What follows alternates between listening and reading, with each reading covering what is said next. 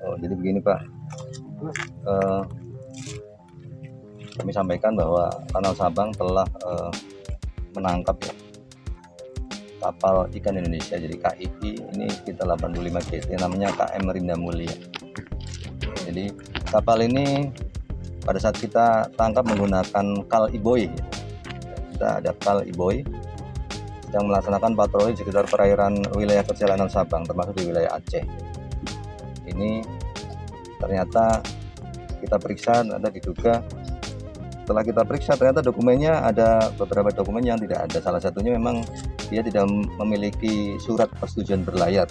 Ini juga ini termasuk melanggar, jadi melanggar Undang-Undang Perikanan Nomor 45 Tahun 2009 salah satunya. Jadi termasuk juga ada pelanggaran lain, termasuk SIP, dia tidak memiliki SIP, surat izin penangkapan ikan, itu juga tidak ada. Cuman sekarang kan memang ada Undang-Undang Cipta Kerja, jadi kita sesuaikan dengan Undang-Undang Cipta Kerja.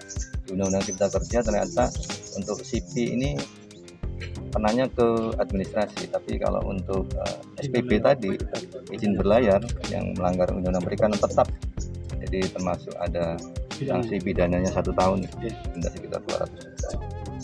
Itu kenapa hal ini kita teruskan, dan memang ini salah satu tugas kewajiban untuk Angkatan Laut, bahwa kalau memang ada kapal yang tidak mempunyai izin, pasti kita akan proses. Dan ini alhamdulillah kita sudah kelengkapan dokumen sudah lengkap, dan kita sudah serahkan ke Kejaksaan, di Kejaksaan Negeri Sabang.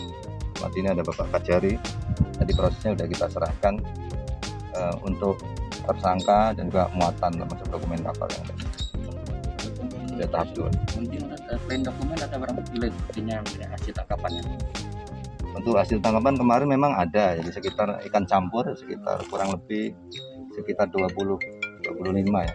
Sekitar 25 sudah istilahnya langsung waktu itu sama nakoda langsung dijual, jadi berupa uang. Jadi itu juga termasuk di dalam, kita serahkan juga dimasukin barang bukti.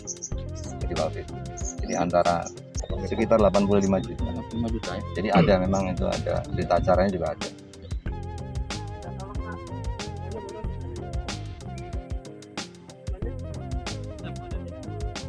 Jadi sebagaimana tadi disampaikan oleh Pak Danal, benar pada hari ini giat kita adalah penyerahan tersangka dan barang bukti oleh penyidik Kanal Sabang ke Kejari Sabang terkait dengan